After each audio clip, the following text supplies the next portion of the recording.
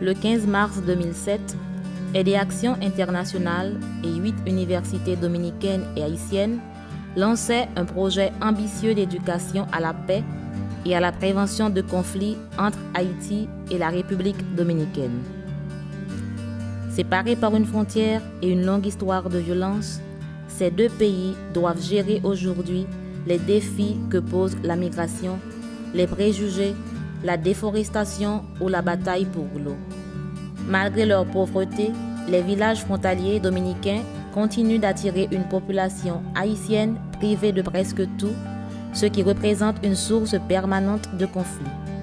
Aussi, c'est en présence des deux chefs d'État, réunis pour la circonstance de chefs d'entreprise et d'organisations villageoises, que Frédéric Naquet, président d'Aide et Action Internationale, prenait l'engagement, au nom de son organisation, de contribuer à promouvoir des projets qui favorisent un dialogue permanent et un développement harmonieux des deux peuples.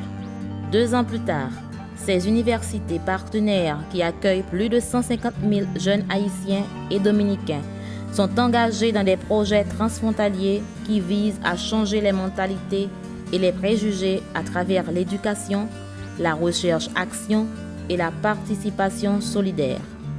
Plus d'une centaine de jeunes ont déjà participé dans les communautés à différentes enquêtes destinées à trouver des solutions qui permettent d'améliorer les conditions de vie des populations des deux côtés de l'île. Robin Sillier est depuis 5 mois ambassadeur de la République dominicaine en Haïti.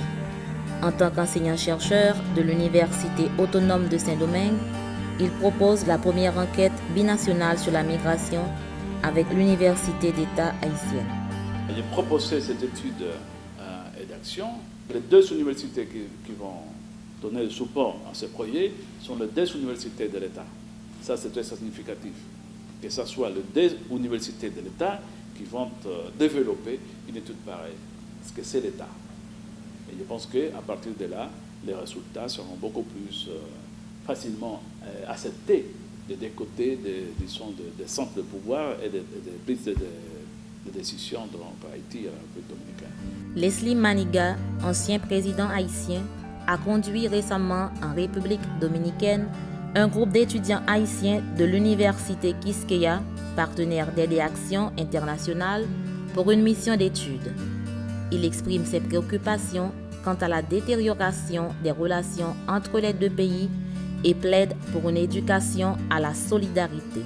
Les relations malheureusement sont mauvaises, elles viennent d'être dans un cas particulier véritablement très terriblement mauvaises. Eh bien nous disons, malgré cela, nous, en tant que groupe, en tant que cours séminaire, avec des étudiants qui sont, attention, des participants qui sont non seulement des étudiants de l'université, mais aussi des fonctionnaires de la chancellerie. Il y a une dizaine de fonctionnaires de la chancellerie parmi les participants de ce cours séminaire. Eh bien, eux aussi, donc nous tous ensemble, nous avons été là-bas témoigner qu'il est possible, par des initiatives de ce genre, qu'il est possible de dire aux Dominicains, voilà, des hommes de bonne volonté, où sont les vôtres pour une rencontre, l'amélioration de la situation.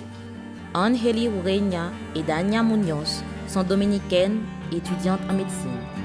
Il y a 2 ans, elles ont pu exprimer leur solidarité avec le pays voisin grâce à un projet sur la petite enfance mené dans la communauté frontalière de Guayabo, où cohabitent dominicains et haïtiens. Nosotros como médicos de familia y residentes de la especialidad de medicina familiar y comunitaria, nos fue de mucho placer que nos plantearan poder participar en este proyecto, ya que está muy ligado a nuestra especialidad como médicos comunitarios, porque le brindamos la salud a la comunidad. Esta experiencia que a pesar de que es una experiencia que para nosotros fue una experiencia triste, es una experiencia realmente regocijante en el sentido de poder encontrar nosotros solución a problemas que ya existen, que es la realidad. 2 ans plus tard, des projets transfrontaliers sont en cours ou terminés. 700 familles de Guayabo ont par exemple maintenant accès à l'eau potable. Aide et Action Internationale ayant mobilisé un cofinancement de l'Union européenne.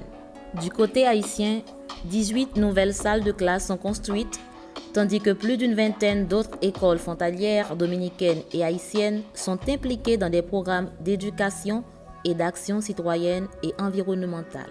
C'est moi qui avais lancé cette initiative, constatant que les élèves et certains enfants de la localité ne peuvent pas se rendre très loin, surtout à bas âge. Maintenant, je me suis dit, pourquoi ne pas pouvoir instituer une école qui peut contenir les enfants qui ne peuvent pas aller trop loin. Il y en a qui n'ont pas pu payer le transport et leur âge non plus et ne correspond et ne répond pas à aller à une telle distance. Maintenant, je me suis dit, ils peuvent rester ici si je fonde une école, même si je n'ai pas de local amélioré. Les écoles haïtiennes sont une priorité, car leur développement limitera le nombre d'enfants haïtiens qui doivent traverser la frontière tous les jours pour se rendre à l'école en République dominicaine. Rosa Maria Garcia est présidente de la Chambre de commerce dominico-haïtienne. Donatrice à Aide et Action internationale, elle témoigne de son engagement pour la cause de l'éducation à la paix entre les deux pays. Nous avons accordé avec Aide et Action, à partir de septembre, inviter toutes les écoles, autant les écoles dominicaines, des jeunes dominicains, ainsi que les écoles haïtiennes, pour qu'ils participent dans la reforestation de la frontière. Nous avons la situation dramatique dans l'état des terres de la frontière, pas seulement du côté haïtien, mais aussi de la frontière dominicaine qui est assez déboissée. Donc, si nous commençons à conscientiser la jeunesse, déjà ça va créer d'une part l'amitié entre les jeunes, et d'autre part, nous allons contribuer à créer une conscience verte pour les jeunes, et aussi la construction des écoles en mesure qu'on arrive à réussir à réunir des fonds pour soutenir le travail d'Aide et Action.